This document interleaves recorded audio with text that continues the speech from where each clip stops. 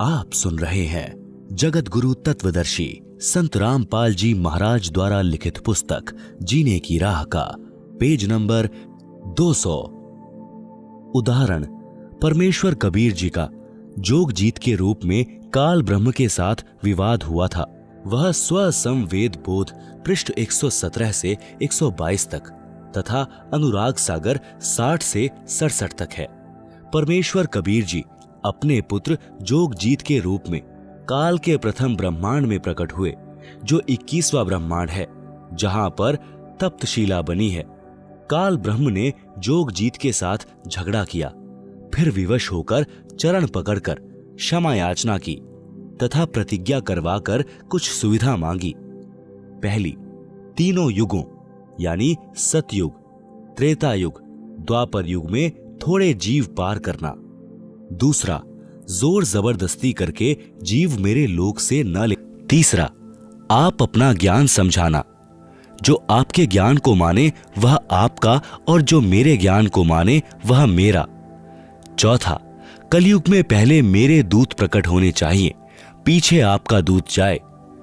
पांचवा, त्रेता युग में समुद्र पर पुल बनवाना।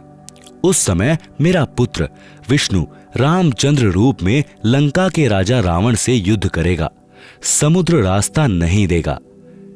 छठा, द्वापर युग में बौद्ध शरीर त्याग कर जाऊंगा। राजा इंद्रदमन मेरे नाम से यानी जगन्नाथ नाम से समुद्र के किनारे मेरी आज्ञा से मंदिर बनवाना चाहेगा। उसको समुद्र बाधा करेगा, आप उस मंदिर की सुरक्षा करना। परमेश्वर ने सर्व मांगे स्वीकार कर ली और वचनबद्ध हो गए। तब काल ब्रह्म हंसा और कहा कि हे जोगजीत, आप जाओ संसार में। जिस समय कलयुग आएगा उस समय मैं अपने 12 दूत यानी नकली सद्गुरु संसार में भेजूंगा। जब कलयुग 5505 वर्ष पूरा होगा, तब तक मेरे दूत तेरे नाम से यानी कबीर जी के नाम से 12 कबीर पंथ चला दूंगा। कबीर जी ने जोगजीत रूप में काल ब्रह्म से कहा था कि कलयुग में मेरा नाम कबीर होगा और मैं कबीर नाम से पंथ चलाऊंगा। इसलिए काल ज्योति निरंजन ने कहा था कि आप कबीर नाम से एक पंथ चलाओगे तो मैं यानी काल कबीर नाम से 12 पंथ चलाऊंगा। सर्व मानव को भ्रमित करके अपने जाल में फांस कर रखूंगा। इनके अतिरिक्त और भी कई पंथ चलाऊंगा, जो सतलोक सच्चखंड की बातें किया करेंगे तथा सत्य साधना उनके पास नहीं होगी, जिस कारण से वे सत्यलोक की आश में गलत नामों को जाप करके मेरे जाल में ही रह जाएंगे। काल ब्रह्म ने पूछा था कि आप किस समय कलयुग में अपना सत्य कबीर पंथ चलाओगे। कबीर जी ने कहा था कि जिस समय कलयुग 5505 यानी 5505 वर्ष बीत जाएगा, तब मैं अपना यथार्थ 13वां कबीर पंथ चलाऊंगा। काल ने कहा कि उस समय से पहले मैं पूरी पृथ्वी के ऊपर शास्त्र विधि त्याग कर, मनमाना आचरण करवाकर, शास्त्र विरुद्ध ज्ञान बताकर झूठे नाम तथा गलत साधना के अभ्यस्त कर दूंगा। जब तेरा 13वां अंश आकर सत्य कबीर पंथ चलाएगा, उसकी बात पर कोई विश्वास नहीं करेगा, उल्टे उसके साथ झगड़ा करेंगे। कबीर जी को पता था कि जब कलयुग के 5505 वर्ष पूरे होंगे यानी सन 1997 में, तब शिक्षा की क्रांति लाई जाएगी। सर्व मानव अक्षर ज्ञान युक्त किया जाएगा। उस समय मेरा दास सर्व धार्मिक ग्रंथों को ठीक से समझकर मानव समाज के रूबरू करेगा। सर्व प्रमाणों को आंखों देखकर शिक्षित मानव सत्य से परिचित होकर तुरंत मेरे 13वें पंथ में दीक्षा लेगा और पूरा विश्व मेरे द्वारा बताई भक्ति विधि तथा तत्व ज्ञान को हृदय से स्वीकार करके भक्ति करेगा। उस समय पुनः सतयुग जैसा वातावरण होगा। आपसी राग द्वेष, चोरी जारी, लूट ठगी कोई नहीं करेगा, कोई धन संग्रह नहीं करेगा। भक्ति को अधिक महत्व दिया जाएगा।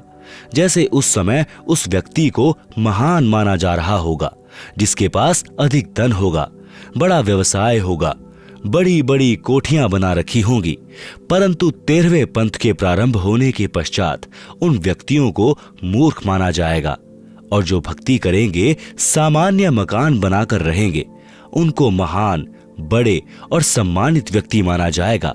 आप सुन रहे हैं जगत गुरु तत्वदर्शी संत रामपाल जी महाराज द्वारा लिखित पुस्तक जीने की राह का पेज नंबर 201। प्रमाण के लिए पवित्र कबीर सागर से भिन्न भिन्न अध्यायों से अमृतवाणी, कबीर जी तथा ज्योति निरंजन की वार्ता। अनुराग सागर के पृष्ठ 62 से धर्मराय ज्योति निरंजन वचन। धर्मराय अस विनती ठानी, मैं सेवक द्वितीय न जानी। ज्ञानी बिनती एक हमारा, सो न करहूं जिससे हो मोर बिगारा।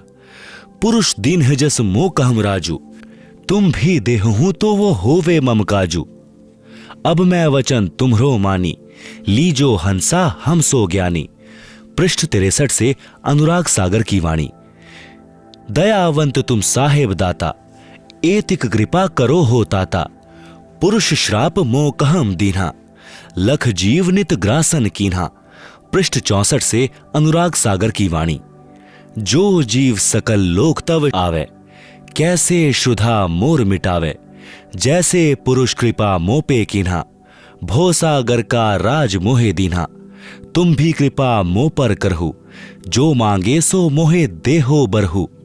सतयुग त्रेता द्वापर माही, तीनों युग जीव थोड़े जाही।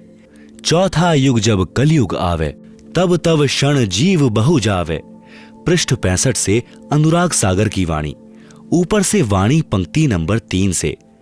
प्रथम दूत मम प्रकटय जाई, पीछे अंश तुम्हारा आई।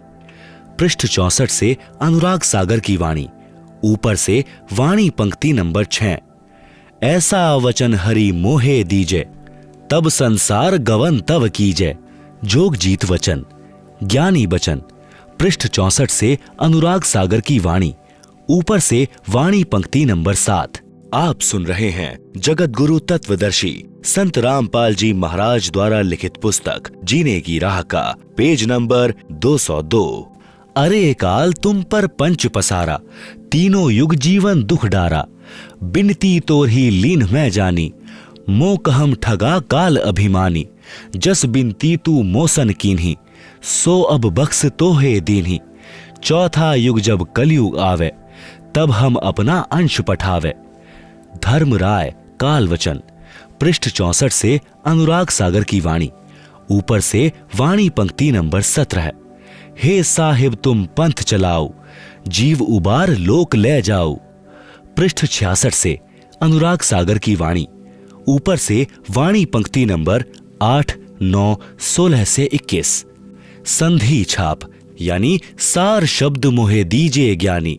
जैसे देवोंगे हंस सहदानी, जो जन मोकुम संधि यानी सार शब्द बतावे।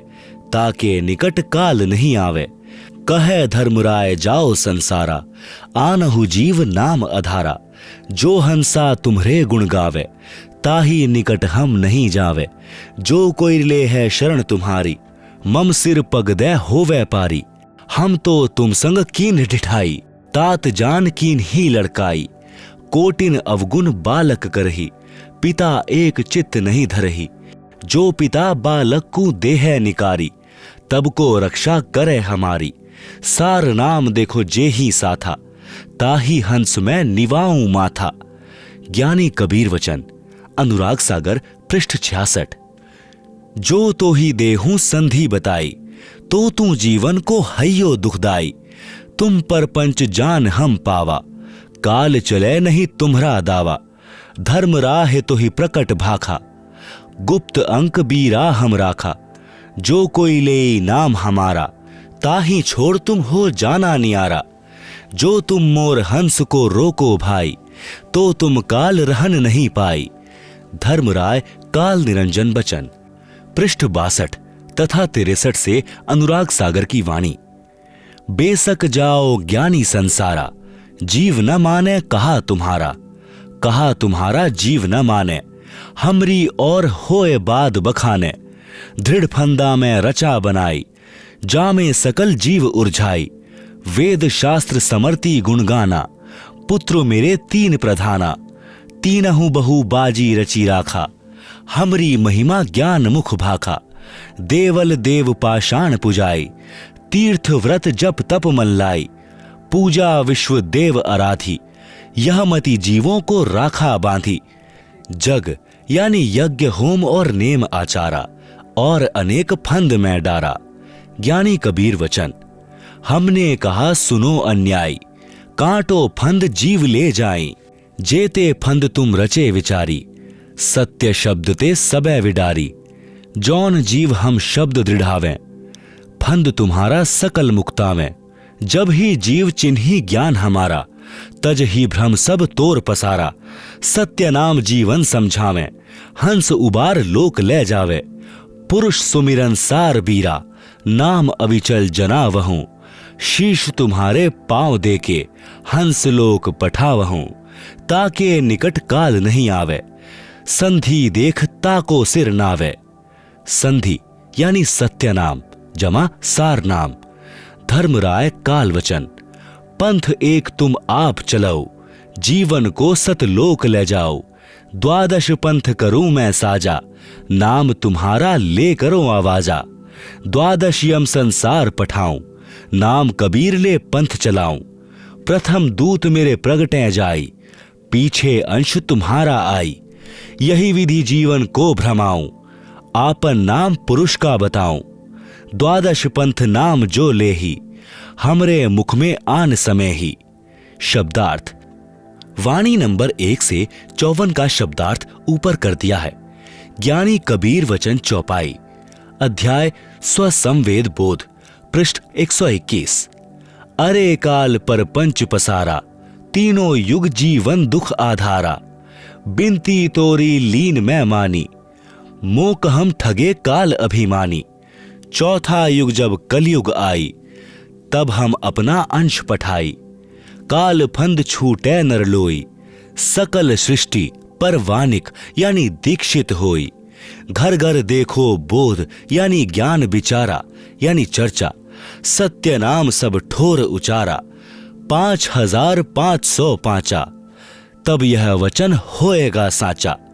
कलयुग बीत जाए तब एता, सब जीव परम पुरुष पद चेता। आप सुन रहे हैं जगत गुरु तत्वदर्शी संत रामपाल जी महाराज द्वारा लिखित पुस्तक जीने की राह का पेज नंबर 203। भावार्थ, वाणी संख्या 55 से 61 तक। परमेश्वर कबीर जी ने कहा कि हे काल, तूने विशाल प्रपंच रच रखा है। तीनों युगों यानी सतयुग, त्रेता, द्वापर में जीवों को बहुत कष्ट देगा, जैसा तू कह रहा है। तूने मेरे से प्रार्थना की थी, वह मान ली। तूने मेरे साथ धोखा किया है, परंतु चौथा युग जब कलयुग आएगा, तब मैं अपना अंश यानी कृपा पात्र आत्मा भेजूंगा। हे काल, तेरे द्वारा बनाए गए सर्व फंद यानी अज्ञान आधार से गलत ज्ञान व साधना को सत्य शब्द तथा सत्य ज्ञान से समाप्त करेगा। उस समय पूरा विश्व प्रवाणिक यानी उस मेरे संत से दीक्षा लेकर दीक्षित होगा। उस समय तक यानी जब तक कलयुग 5505 नहीं बीत जाता, सत्य नाम, मूल नाम यानी सार शब्द तथा मूल ज्ञान यानी तत्व ज्ञान प्रकट नहीं करना है। परंतु जब कलयुग 5505 वर्ष पूरा हो जाएगा, तब घर घर में मेरे आध्यात्मिक ज्ञान की चर्चा हुआ करेगी और सत्य नाम, सार शब्द को सब उपदेशियों को प्रदान किया जाएगा। यह जो बात मैं कह रहा हूं, ये मेरे वचन उस समय सिद्ध होंगे जब कलयुग के 5505 वर्ष पूरे हो जाएंगे। जब कलयुग इतने वर्ष बीत जाएगा, तब सर्व मानव प्राणी परम पुरुष यानी सत्य पुरुष के पद अर्थात उस परम पद के जानकार हो जाएंगे, जिसके विषय में गीता अध्याय 15 श्लोक 4 में कहा है कि तत्वदर्शी संत के प्राप्त होने के पश्चात परमेश्वर के उस परम पद की खोज करनी चाहिए, जहां जाने के पश्चात साधक लौटकर संसार में कभी नहीं आते। जिस परमेश्वर ने संसार रूपी वृक्ष का विस्तार किया है, अर्थात जिस परमेश्वर ने सृष्टि की रचना की है, उस परमेश्वर की भक्ति करो। आप सुन रहे हैं जगत गुरु तत्वदर्शी संत रामपाल जी महाराज द्वारा लिखित पुस्तक जीने की राह का पेज नंबर 204। उपरोक्त वाणी का भावार्थ है कि उस समय उस परमेश्वर के पद यानी सत्यलोक के विषय में सबको पूर्ण ज्ञान होगा।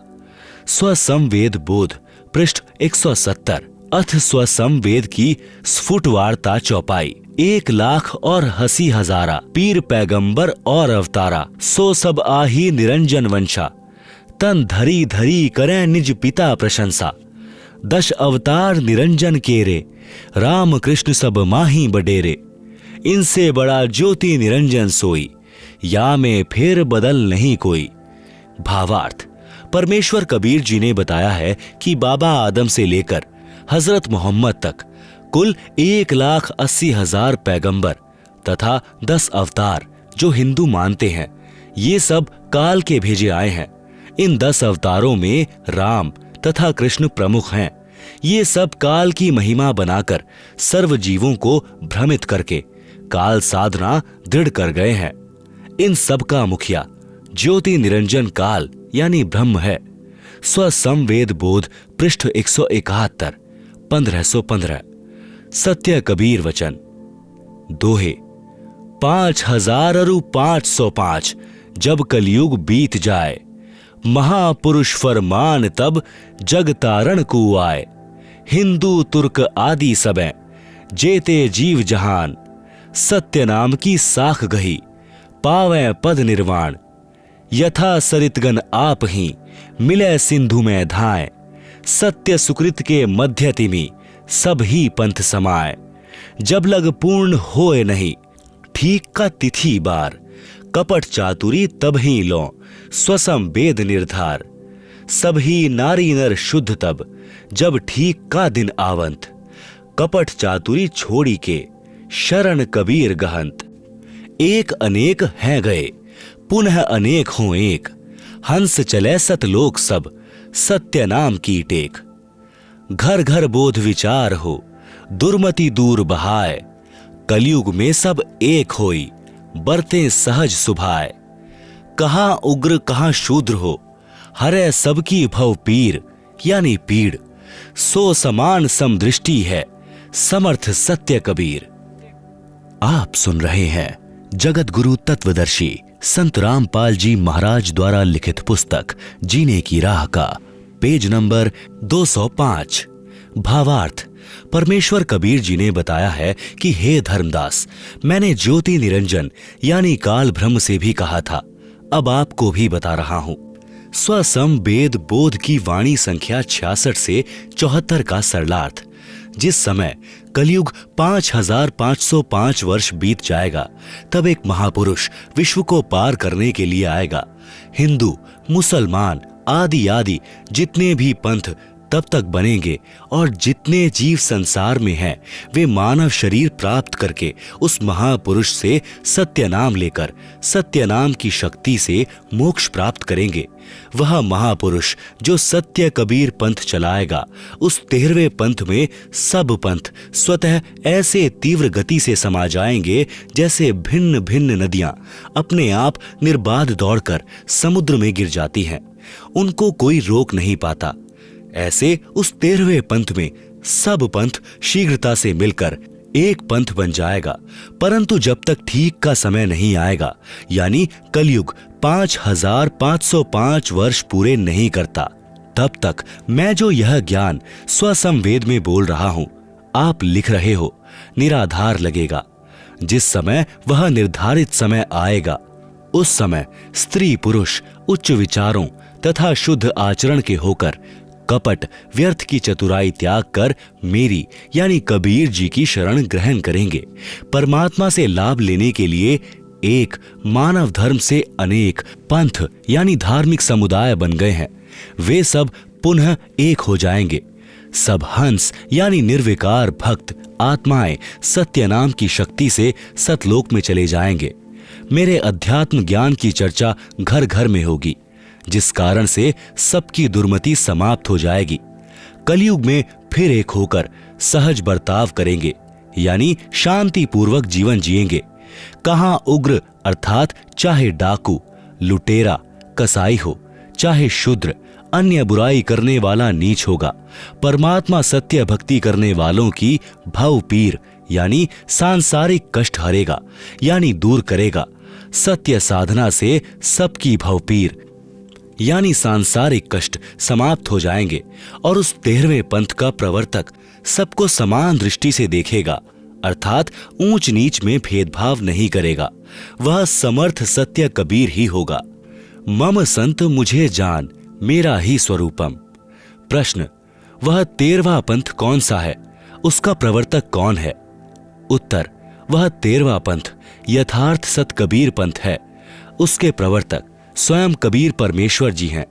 वर्तमान में उसका संचालक उनका गुलाम रामपाल दास पुत्र स्वामी राम देवानंद जी महाराज हैं। आध्यात्मिक दृष्टि से गुरुजी पिता माने जाते हैं, जो आत्मा का पोषण करते हैं। प्रमाण, वैसे तो संत धर्मदास जी की वंश परंपरा वाले महंतों से जुड़े श्रद्धालुओं ने अज्ञानतावश 13वां पंथ और संचालक धर्मदास की बिंद यानी परिवार की धारा वालों को सिद्ध करने की कुचेष्टा की है, परंतु हाथी के वस्त्र को भैंसे पर डालकर कोई कहे कि देखो यह वस्त्र भैंसे का है, बुद्धिमान तो तुरंत समझ जाते हैं कि यह भैंसा का वस्त्र नहीं है, यह तो भैंसे से कई गुना लंबे चौड़े पशु का है, भले ही वे ये ना बता सकें कि यह हाथी का है। उदाहरण, पवित्र कबीर सागर के अध्याय कबीर चरित्र बोध के पृष्ठ 1834-1835 पर लिखा है। आप सुन रहे हैं जगत गुरु तत्वदर्शी संत रामपाल जी महाराज द्वारा लिखित पुस्तक जीने की राह का पेज नंबर 206। 13 गाड़ी कागजों को लिखना। एक समय दिल्ली के बादशाह ने कहा कि कबीर जी 13 गाड़ी कागजों को 2.5 दिन यानी 60 घंटे में लिख दे तो मैं उनको परमात्मा मान जाऊंगा। परमेश्वर कबीर जी ने अपनी डंडी उन 13 गाड़ियों में रखे कागजों पर घुमा दी। उसी समय सर्व कागजों में अमृतवाणी संपूर्ण आध्यात्मिक ज्ञान लिख दिया। राजा को विश्वास हो गया, परंतु अपने धर्म के व्यक्तियों यानी मुसलमानों के दबाव में उन सर्व ग्रंथों को दिल्ली में जमीन में गड़वा दिया। कबीर सागर के अध्याय कबीर चरित्र बोध ग्रंथ में पृष्ठ 1834-1835 पर गलत लिखा है कि जब मुक्तामणि साहब का समय आवेगा और उनका झंडा दिल्ली नगरी में गड़ेगा, तब वे समस्त पुस्तकें पृथ्वी से निकाली जाएंगी। सो मुक्तामणि अवतार धर्मदास के वंश की 13वीं पीढ़ी वाला होगा। विवेचन, ऊपर वाले लेख में मिलावट का प्रमाण इस प्रकार है कि वर्तमान में धर्मदास जी की वंश गद्दी दामाखेड़ा जिला रायगढ़ प्रांत छत्तीसगढ़ में है। उस गद्दी पर 14वें वंश गुरु श्री प्रकाश मुनि नाम साहेब विराजमान हैं। 13वें वंश गुरु श्री उदित नाम साहेब थे, जो वर्तमान सन 2013 से 15 वर्ष पूर्व 1998 में शरीर त्याग गए थे। यदि 13वीं गद्दी वाले वंश गुरु के विषय में यह लिखा होता तो वे निकलवा लेते और दिल्ली झंडा गाड़ते। ऐसा नहीं हुआ तो वह 13वां पंथ धर्मदास जी की वंश परंपरा से नहीं है। फिर कबीर चरित्र बोध के पृष्ठ 1870 पर कबीर सागर में 12 पंथों के नाम लिखे हैं, जो काल यानी ज्योति निरंजन ने कबीर जी के नाम से नकली पंथ चलाने को कहा था। उनमें सर्वप्रथम नारायण दास लिखा है। 12वां पंथ गरीब दास लिखा है। वास्तव में प्रथम चूड़ामणि जी हैं। जानबूझकर काट छाट की है। उनको याद होगा कि परमेश्वर कबीर जी ने नारायण दास जी को तो शिष्य बनाया ही नहीं था। नारायण दास तो श्री कृष्ण जी के पुजारी थे। उसने तो अपने छोटे भाई चूड़ामणि जी का घोर विरोध किया था, जिस कारण से श्री चूड़ामणि जी कुदुरमाल चले गए थे। बाद में बांधवगढ़ नगर नष्ट हो गया था। कबीर चरित्र बोध में पृष्ठ 1870 पर 12 पंथों के प्रवर्तों के नाम लिखे हैं। उनमें प्रथम गलत नाम लिखा है, शेष सही हैं। लिखा है, पहला नारायण दास जी का पंथ, दूसरा यागोदास यानी जागूदास जी का पंथ, तीसरा सूरत गोपाल पंथ, चौथा मूल निरंजन पंथ, पांचवा टकसारी पंथ, छठा भगवान दास जी का पंथ, सातवां सतनामी पंथ, आठवां कमालिये पंथ यानी कमाल जी का पंथ, नौवां राम कबीर पंथ, 10वां प्रेम धाम यानी परम धाम की वाणी पंथ, 11वां जीवादास पंथ, 12वां गरीब दास पंथ। फिर कबीर वाणी अध्याय के पृष्ठ 134 पर कबीर सागर में लिखा है कि वंश प्रकार, प्रथम वंश उत्तम, यह चूड़ामणि जी के विषय में कहा है। दूसरे वंश अहंकारी, यह यागो यानी जागूदास जी का है। तीसरे वंश प्रचंड, यह सूरत गोपाल जी का है। चौथे वंश बीरहे, यह मूल निरंजन पंथ है। पांचवें वंश निंद्रा, यह टकसारी पंथ है। छठे वंश उदास, यह भगवान दास जी का पंथ है। सातवें वंश ज्ञान चतुराई, यह सतनामी पंथ है। आठवें वंश द्वादश पंथ विरोध, यह कमाल जी का कमालीय पंथ है। नौवें वंश पंथ पूजा, यह राम कबीर पंथ है।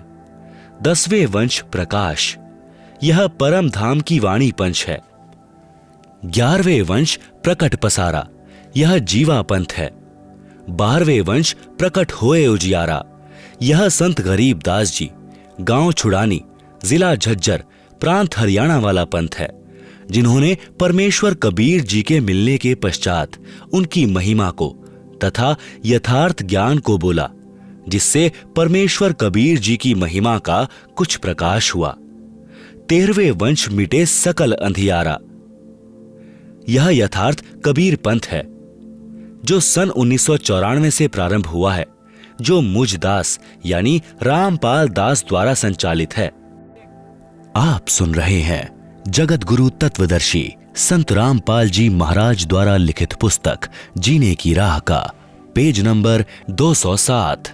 दामाखेड़ा वाले धर्मदास जी के वंश गद्दी वालों ने वास्तविक भेद छुपाने की कोशिश की तो है, परंतु सच्चाई को मिटा नहीं सके।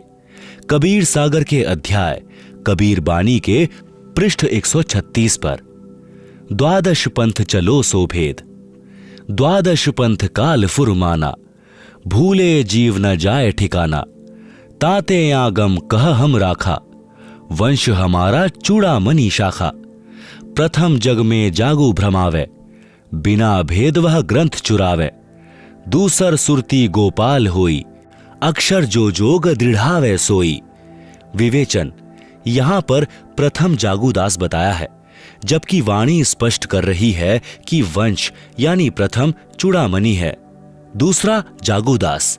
यही प्रमाण कबीर चरित्र बोध पृष्ठ 1870 में है, दूसरा जागूदास है। अध्याय स्वसंवेद बोध के पृष्ठ 155 1499 पर भी दूसरा जागू लिखा है। यहां प्रथम लिख दिया, यहां पर प्रथम चूड़ामणि लिखना उचित है। तीसरा मूल निरंजन बानी, लोक वेद की निर्णय ठानी, यह चौथा लिखना चाहिए। चौथे पंत टकसार भेद लो आवे, नीर पवन को संधि बतावे, यह पांचवा लिखना चाहिए। पांचवा पंथ बीज को लेखा, लोक प्रलोक कहे हम में देखा, यह भगवान दास का पंथ है, जो छठा लिखना चाहिए था। छठा पंथ सत्यनामी प्रकाशा, घट के माही मार्ग निवासा, यह सातवां पंथ लिखना चाहिए। सातवां जीव पंथ ले बोले बानी, भयो प्रतीत मर्म नहीं जानी, यह आठवां कमाल जी का पंथ है। आठवां राम कबीर कहावे, सतगुरु भ्रम ले जीव दृढ़ावे, वास्तव में यह नौवां पंथ है। नौवें ज्ञान की कला दिखावे, भय प्रतीत जीव सुख पावे, वास्तव में यह 11वां जीवा पंथ है, यहां पर 9वां गलत लिखा है। 10वें भेद परम धाम की बानी, साख हमारी निर्णय ठानी, यह ठीक लिखा है, परंतु 11वां नहीं लिखा। यदि प्रथम चूड़ामणि जी को माने तो सही क्रम बनता है, वास्तव में प्रथम चूड़ामणि जी हैं।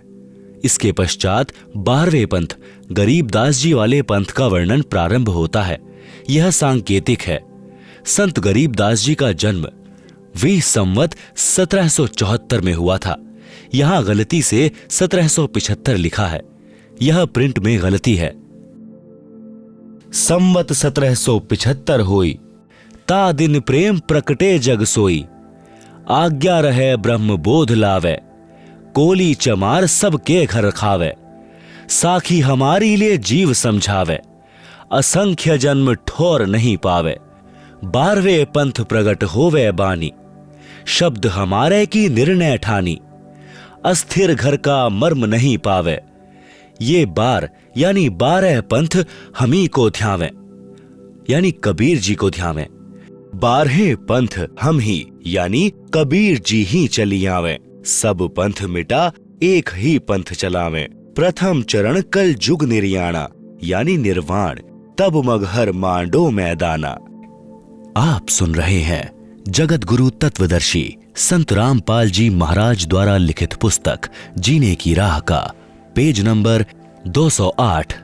भावार्थ, यहां पर 12वां पंथ संत गरीबदास जी वाला स्पष्ट है, क्योंकि संत गरीबदास जी को परमेश्वर कबीर जी मिले थे और उनका ज्ञान योग खोल दिया था। तब संत गरीबदास जी ने परमेश्वर कबीर जी की महिमा की वाणी बोली, जो ग्रंथ रूप में वर्तमान में प्रिंट करवा लिया गया है। विचार करना है, संत गरीबदास जी के पंथ तक 12 पंथ चल चुके हैं। यह भी लिखा है कि भले ही संत गरीबदास जी ने मेरी महिमा की साखी शब्द चौपाई लिखी है, परंतु वे 12वें पंथ के अनुयायी अपनी अपनी बुद्धि से वाणी का अर्थ करेंगे। परंतु ठीक से न समझकर संत गरीबदास जी तक वाले पंथ के अनुयायी यानी 12 पंथों वाले मेरी वाणी को ठीक से नहीं समझ पाएंगे, जिस कारण से असंख्य जन्मों तक सतलोक वाला अमरधाम ठिकाना प्राप्त नहीं कर पाएंगे।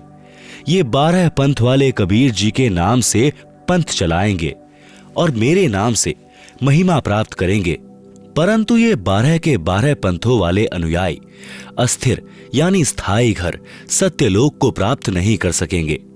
फिर कहा है कि आगे चलकर 12वें पंथ यानी संत गरीबदास जी वाले पंथ में हम यानी स्वयं कबीर जी ही चलकर आएंगे।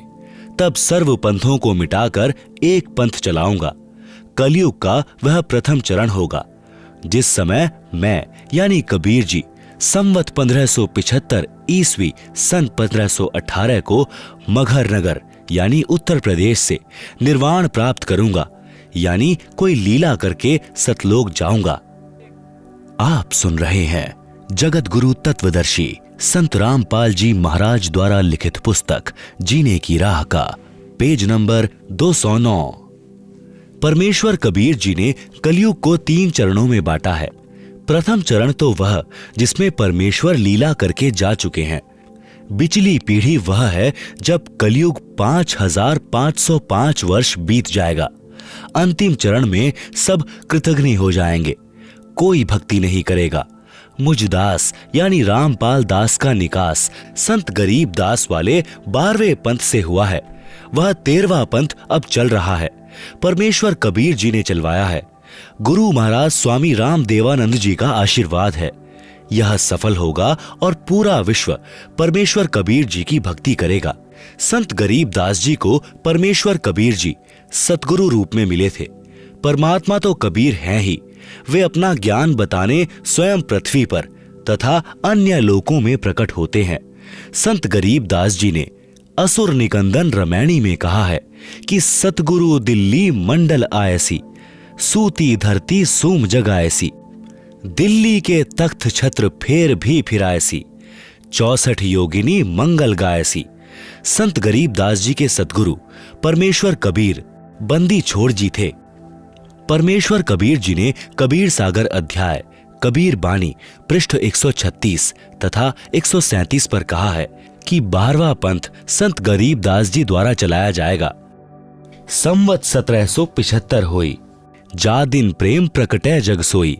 साखी हमारी लिए जीव समझावे, असंख्यो जन्म ठौर नहीं पावे। 12वें पंथ प्रगट हो बानी, शब्द हमारे की निर्णय ठानी। अस्थिर घर का मर्म न पावे, ये 12 यानी 12 पंथ हम ही को ध्यावे। 12वें पंथ हम ही चलियावें, सब पंथ मिटा एक पंथ चलावें।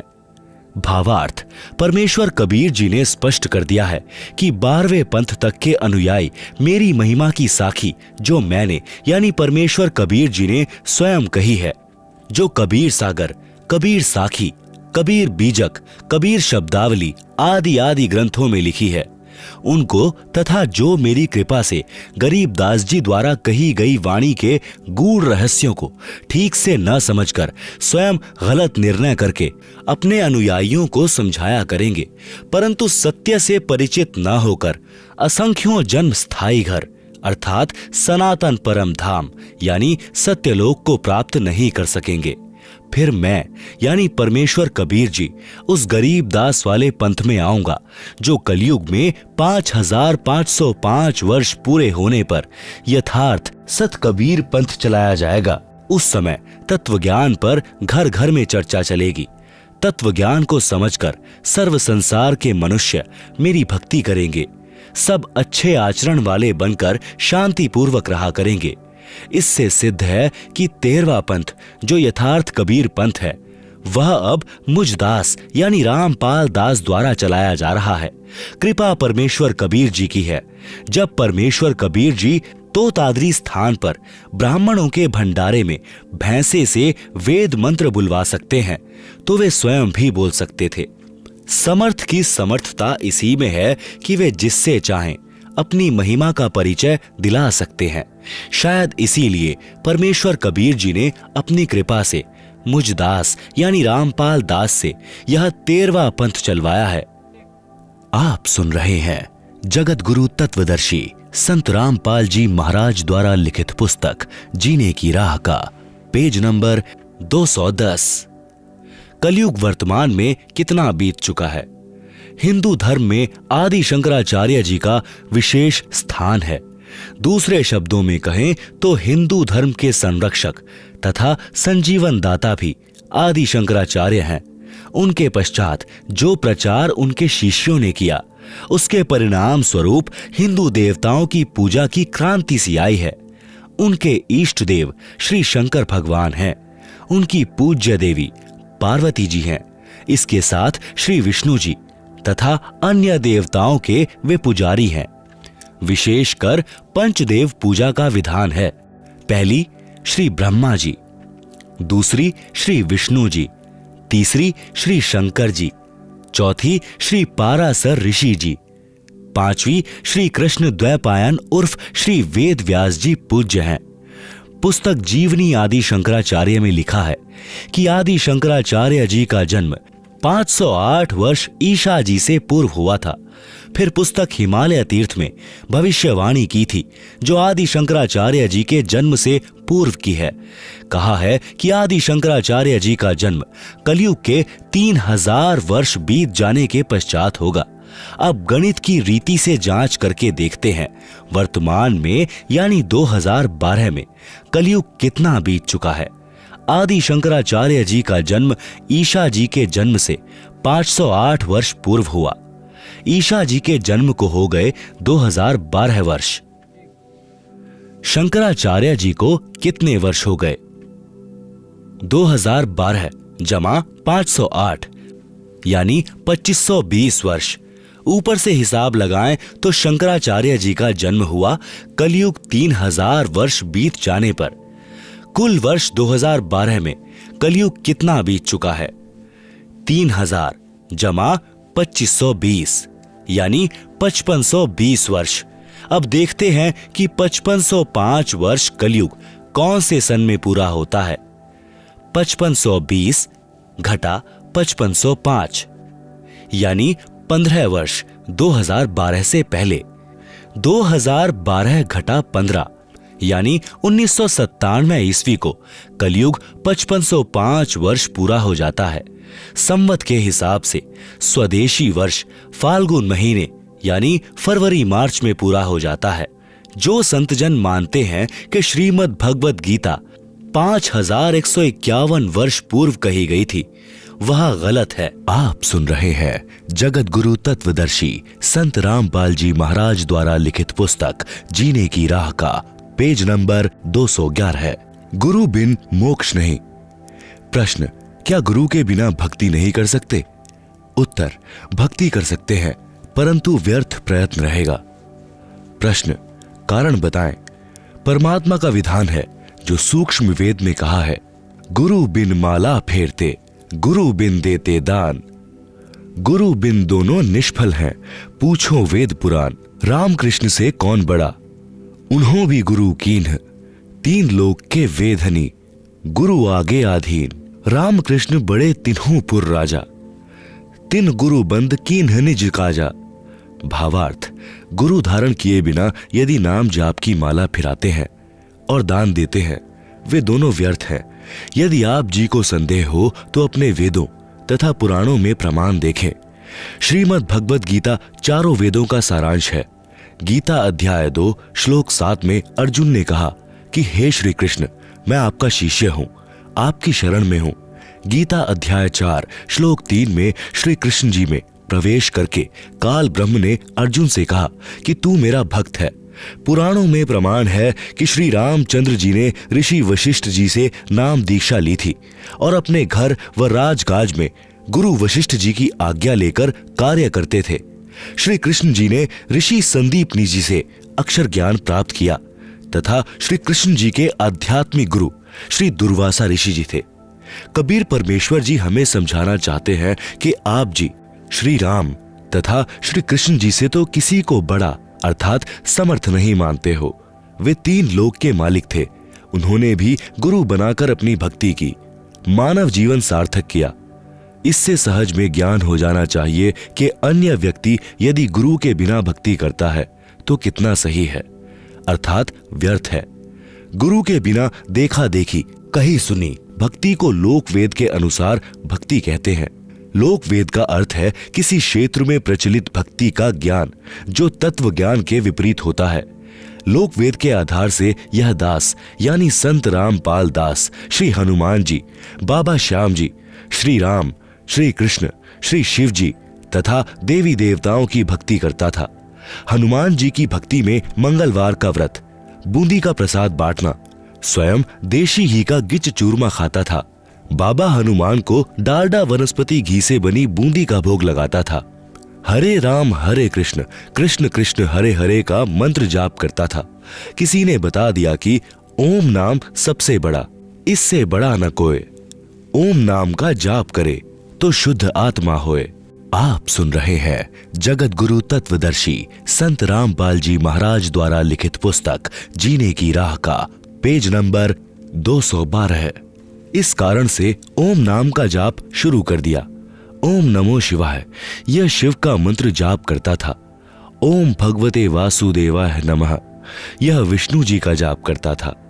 तीर्थों पर जाना, दान करना, वहां स्नान करना, यह भी लोक वेद के आधार से करने जाता था। जैसे घर में सुख होते थे तो मैं मानता था कि ये सब मेरी उपरोक्त भक्ति के कारण हो रहे हैं।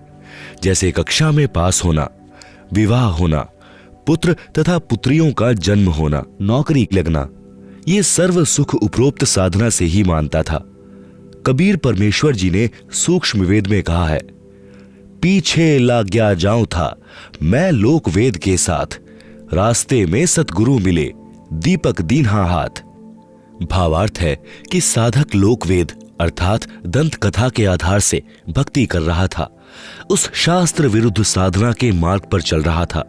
रास्ते में अर्थात भक्ति मार्ग में एक दिन तत्वदर्शी संत मिल गए। उन्होंने शास्त्र विधि अनुसार शास्त्र प्रमाणित साधना रूपी दीपक दे दिया, अर्थात सत्य शास्त्रानुकूल साधना का ज्ञान कराया तो जीवन नष्ट होने से बच गया। सद्गुरु द्वारा बताए तत्व ज्ञान की रोशनी में पता चला कि मैं गलत भक्ति कर रहा था। श्रीमद् भगवद गीता अध्याय 16 श्लोक 23-24 में कहा है कि शास्त्र विधि को त्याग कर जो साधक मनमाना आचरण करते हैं उनको न तो सुख होता है, न सिद्धि प्राप्त होती है और न ही गति अर्थात मोक्ष की प्राप्ति होती है, अर्थात व्यर्थ साधना है। फिर गीता अध्याय 16 श्लोक 24 में कहा है कि अर्जुन, इससे तेरे लिए कर्तव्य और अकर्तव्य की व्यवस्था में शास्त्र ही प्रमाण है। जो उपरोक्त साधना यह दास यानी संत रामपाल दास किया करता था तथा पूरा हिंदू समाज कर रहा है, वह सब गीता वेदों में वर्णित न होने से शास्त्र विरुद्ध साधना हुई जो व्यर्थ है। कबीर परमेश्वर जी ने कहा है, गुरु बिन काहू न पाया ज्ञाना, ज्यों थोथा भुस छड़े मूढ़ किसाना। गुरु बिन वेद पढ़े जो प्राणी, समझे न सार रहे अज्ञानी। इसलिए गुरु जी से वेद शास्त्रों का ज्ञान पढ़ना चाहिए, जिससे सत्य भक्ति की शास्त्रानुकूल साधना करके मानव जीवन धन्य हो जाए। पूर्ण गुरु के वचन की शक्ति से भक्ति होती है। उदाहरण, गुरु जी से दीक्षा लेकर भक्ति करना लाभदायक है, बिना गुरु के भक्ति करने से कोई लाभ नहीं होता। उदाहरण, एक राजा की रानी बहुत धार्मिक थी। उसने परमेश्वर कबीर जी से गुरु दीक्षा ले रखी थी। वह प्रतिदिन गुरु दर्शन के लिए जाया करती थी। राजा को यह अच्छा नहीं लगता था, परंतु वह अपनी पत्नी को वहां जाने से रोक नहीं पा रहा था। आप सुन रहे हैं जगत गुरु तत्वदर्शी संत रामपाल जी महाराज द्वारा लिखित पुस्तक जीने की राह का पेज नंबर 213। एक दिन राजा ने अपनी पत्नी से कहा कि आप नाराज न हो तो बात कहूं। रानी ने कहा, कहो। राजा ने कहा कि आप अपने गुरु के पास जाती हैं, भक्ति तो गुरु के बिना भी हो सकती है। रानी ने कहा कि गुरु जी ने बताया है कि गुरु के बिना भक्ति करना व्यर्थ है। राजा ने कहा कि मैं तेरे साथ कल तेरे गुरु जी से मिलूंगा, उनसे यह बात स्पष्ट करूंगा। राजा ने संत जी से प्रश्न किया कि आप जनता को मूर्ख बना रहे हो कि गुरु बिन भक्ति नहीं होती। क्यों भक्ति सफल नहीं होती? नाम मंत्र जाप करने होते हैं, एक दूसरे से पूछकर जाप कर ले, पर्याप्त है। संत ने कहा, राजन, आपकी बात में दम है, मैं आपके राज दरबार में आऊंगा, वहां इस बात का उत्तर दूंगा। निश्चित दिन को संत जी राजा के दरबार में गए। राजा सिंहासन पर विराजमान था, आसपास सिपाही खड़े थे। संत के बैठने के लिए अलग से कुर्सी रखी थी। संत ने जाते ही आसपास खड़े सिपाहियों से राजा की ओर हाथ करके कहा कि इसे गिरफ्तार कर लो। सिपाही टस से मस नहीं हुए।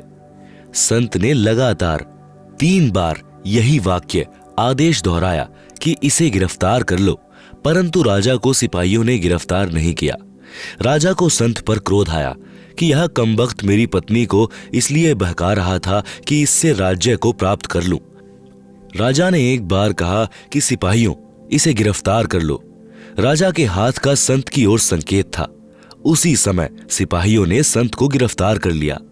संत ने कहा कि हे राजन, आप घर पर बुलाकर संत का अनादर कर रहे हो, यह अच्छी बात नहीं। राजा ने कहा, आप यह क्या बकवास कर रहे थे? मुझे गिरफ्तार करने का आदेश दे रहे थे। संत ने कहा, मैं आपके उस प्रश्न का उत्तर दे रहा था कि गुरु से दीक्षा लेकर भक्ति करना क्यों लाभदायक है। मुझे छुड़ाओ तो मैं आपको उत्तर दूं। राजा ने सिपाहियों से कहा कि छोड़ दो। सिपाहियों ने संत को छोड़ दिया। संत ने कहा कि हे राजा जी, मैंने यही वाक्य कहा था, इसे गिरफ्तार कर लो। सिपाही टस से मस नहीं हुए। आप जी ने भी यही वाक्य कहा था कि तुरंत सिपाहियों ने मुझे गिरफ्तार कर लिया।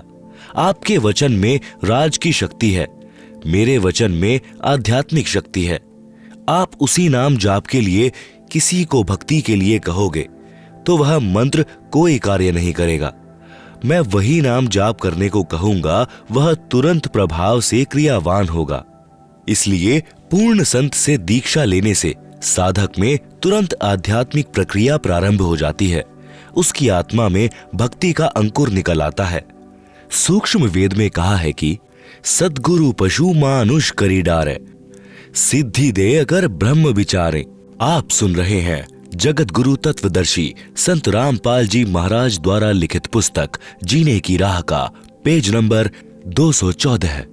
भावार्थ, सद्गुरु पहले मनुष्य को सत्संग सुना सुनाकर नेक इंसान बनाते हैं, सर्व बुराइयों को छुड़वाते हैं, फिर अपनी भक्ति की सिद्धि अर्थात शक्ति शिष्य के अंतःकरण में शब्द से प्रवेश करके ब्रह्म अर्थात परमात्मा की साधना करने के विचार प्रबल करते हैं, जिससे साधक की रुचि भक्ति में दिनों दिन बढ़ती है। फिर वह देवता बन जाता है। कबीर जी ने कहा है कि बलिहारी गुरु आपना, घड़ी घड़ी 100-100 बार, मानुष से देवता किया, करत न लाई बार। इसलिए कहा है कि गुरु बिन माला फेरते, गुरु बिन देते दान, गुरु बिन दोनों निष्फल हैं, चाहे पूछो वेद पुराण। योग यज्ञ तप दान करावे, गुरु विमुख फल कभी नहीं पावे। भावार्थ, गुरु बिन नाम जाप की माला फिराते हैं या दान देते हैं, वह व्यर्थ है। यह वेदों तथा पुराणों में भी प्रमाण है। फिर अंतिम चौपाई का भावार्थ है कि यदि दीक्षा लेकर फिर गुरु को छोड़कर उन्हीं मंत्रों का जाप करता रहे तथा यज्ञ हवन दान भी करता रहे, वह भी व्यर्थ है, उसको कोई लाभ नहीं होगा। तांते सतगुरु शरणा लीजय, कपट भाव सब दूर करीजय। अन्य प्रमाण, गर्भ योगेश्वर गुरु बिना, करते हरि की सेव, कहें कबीर बैकुंठ से, फेर दिया सुखदेव। राजा जनक गुरु किया, फिर कीन्ही हर की सेव, कहें कबीर बैकुंठ में, चले गए सुखदेव। भावार्थ, ऋषि वेद व्यास जी के पुत्र सुखदेव जी अपने पूर्व जन्म की भक्ति की शक्ति से उड़कर स्वर्ग में चले जाते थे। एक दिन वे श्री विष्णु जी के लोक में बने स्वर्ग में प्रवेश करने लगे। वहां के कर्मचारियों ने ऋषि सुखदेव जी से स्वर्ग द्वार पर पूछा कि ऋषि जी अपने पूज्य गुरु जी का नाम बताओ। सुखदेव जी ने कहा कि गुरु की क्या आवश्यकता है, अन्य गुरु धारण करके यहाँ आए हैं। मेरे में स्वयं इतनी शक्ति है कि मैं बिना गुरु के आ गया हूँ। द्वारपालों ने बताया, ऋषि जी, यह आपकी पूर्व जन्म में संग्रह की हुई भक्ति की शक्ति है। यदि फिर से गुरु धारण करके भक्ति नहीं करोगे तो पूर्व की भक्ति कुछ दिन ही चलेगी, आपका मानव जीवन नष्ट हो जाएगा। उदाहरण के लिए, वर्तमान में इन्वर्टर की बैटरी को चार्जर लगाकर चार्ज कर रखा है। यदि चार्जर हटा दिया जाए तो भी इन्वर्टर अपना कार्य करता रहेगा, क्योंकि उसमें ऊर्जा संग्रह हो चुकी है। कुछ समय पश्चात वह सर्व कार्य करना छोड़ देता है। न ट्यूब जलेंगी न पंखा चलेगा। उसको फिर से चार्ज करना अनिवार्य है। उसके लिए चार्जर चाहिए। चार्जर गुरु जानो, बिजली परमेश्वर जानो। आप सुन रहे हैं जगत गुरु तत्वदर्शी संत रामपाल जी महाराज द्वारा लिखित पुस्तक जीने की राह का पेज नंबर 215 है। ऋषि सुखदेव में अपनी सिद्धि का अभिमान था, वह नहीं माना। बात भगवान विष्णु जी तक पहुंच गई। श्री विष्णु जी ने भी यह बात कही कि ऋषि जी पहले आप गुरु बनाओ, फिर यहां आओ। सुखदेव जी ने कहा, भगवान पृथ्वी लोक पर मेरे समान कोई नहीं है, न कोई ढंग का गुरु है। कृपा आप ही बताएं कि मैं किसको गुरु बनाऊं। श्री विष्णु जी ने बताया कि आप राजा जनक को गुरु बनाओ। यह कहकर श्री विष्णु जी अपने महल में चले गए। सुखदेव ऋषि वापस पृथ्वी पर आए। राजा जनक से दीक्षा लेकर उनके बताए भक्ति मंत्रों का जाप किया। तब ऋषि सुखदेव जी को स्वर्ग में रहने दिया। इसलिए गुरु बनाकर भक्ति करने से ही सफलता संभव है। बिना गुरु भक्ति दान आदि आदि करना व्यर्थ है। गुरु पूरा हो, झूठे गुरु से कोई लाभ नहीं होता। प्रश्न, पूरे गुरु की क्या पहचान है? हम तो जिस भी संत से ज्ञान सुनते हैं वह पूर्ण सद्गुरु लगता है। उत्तर, सूक्ष्म वेद में गुरु के लक्षण बताए हैं। सतगुरु के लक्षण कहूं, मधुरे बैन विनोद, 4 वेद 6 शास्त्र, कह 18 बोध। संत गरीबदास जी, गांव छुड़ानी, जिला झज्जर, हरियाणा को परमेश्वर कबीर जी मिले थे। उनकी आत्मा को ऊपर अपने सत्यलोक यानी सनातन परम धाम में लेकर गए थे। ऊपर के सर्व लोकों का अवलोकन कराकर वापस पृथ्वी पर छोड़ा था। उनको संपूर्ण अध्यात्म ज्ञान बताया था। उनका ज्ञान योग परमेश्वर कबीर जी ने खोला था। उसके आधार से संत गरीबदास जी ने गुरु की पहचान बताई है कि जो सच्चा गुरु अर्थात सतगुरु होगा वह ऐसा ज्ञान बताता है कि उसके वचन आत्मा को आनंदित कर देते हैं, बहुत मधुर लगते हैं, क्योंकि वे सत्य पर आधारित होते हैं। कारण है कि सतगुरु 4 वेदों तथा सर्व शास्त्रों का ज्ञान विस्तार से कहता है। यही प्रमाण परमेश्वर कबीर जी ने सूक्ष्म वेद में कबीर सागर के अध्याय जीव धर्म बोध में पृष्ठ 1960 पर दिया है। गुरु के लक्षण 4 बखाना।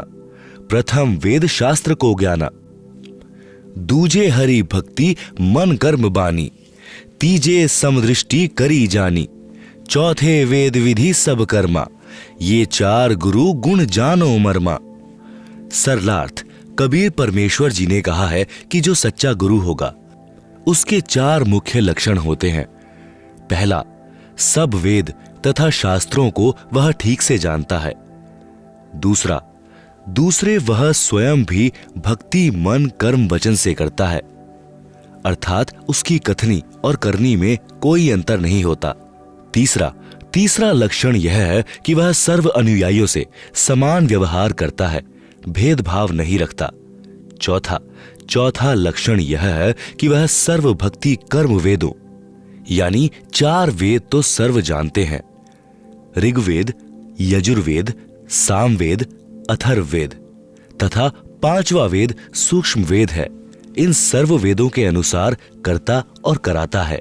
आप सुन रहे हैं जगत गुरु तत्वदर्शी संत रामपाल जी महाराज द्वारा लिखित पुस्तक जीने की राह का पेज नंबर 216।